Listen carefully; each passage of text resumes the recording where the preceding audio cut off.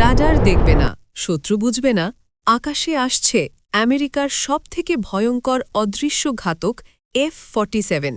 চীন রাশিয়ার কি তবে ঘুম উড়ে যাবে? সামরিক দুনিয়ায় হঠাৎই শুরু হয়েছে তোলপাড়। দাবি করা হচ্ছে যুক্তরাষ্ট্র তৈরি করছে নতুন প্রজন্মের এক রহস্যময় যুদ্ধবিমান F-47 ফাইটার।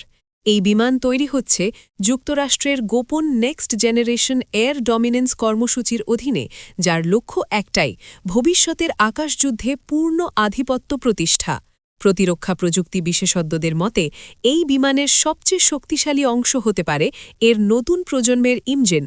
মার্কিন প্রতিরক্ষা কোম্পানি প্র্যাট অ্যান্ড উইটনি তৈরি করছে অত্যাধুনিক অ্যাডাপটিভ সাইকেল ইঞ্জিন, যা পরিস্থিতি অনুযায়ী নিজেই শক্তি, গতি এবং জ্বালানির ব্যবহার বদলে ফেলতে পারে। কিন্তু চমক এখানেই শেষ নয়।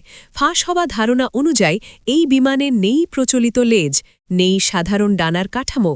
পুরো নকশা তৈরি করা হয়েছে ব্লেন্ডেড উইং বডি ডিজাইনে, যা এটিকে করতে পারে আকাশের প্রায় অদৃশ্য শিকারী। আরও বলা হচ্ছে এই বিমানে থাকবে ৩৬০ ডিগ্রি সেন্সর সিস্টেম, উন্নত এআই সফটওয়্যার এবং ড্রোন নিয়ন্ত্রণ প্রযুক্তি। অর্থাৎ এই ফাইটার শুধু নিজে যুদ্ধ করবে না, একসাথে একাধিক যুদ্ধ ড্রোন নিয়ন্ত্রণ করে আকাশে একটি সম্পূর্ণ আক্রমণ নেটওয়ার্ক তৈরি করতে পারবে।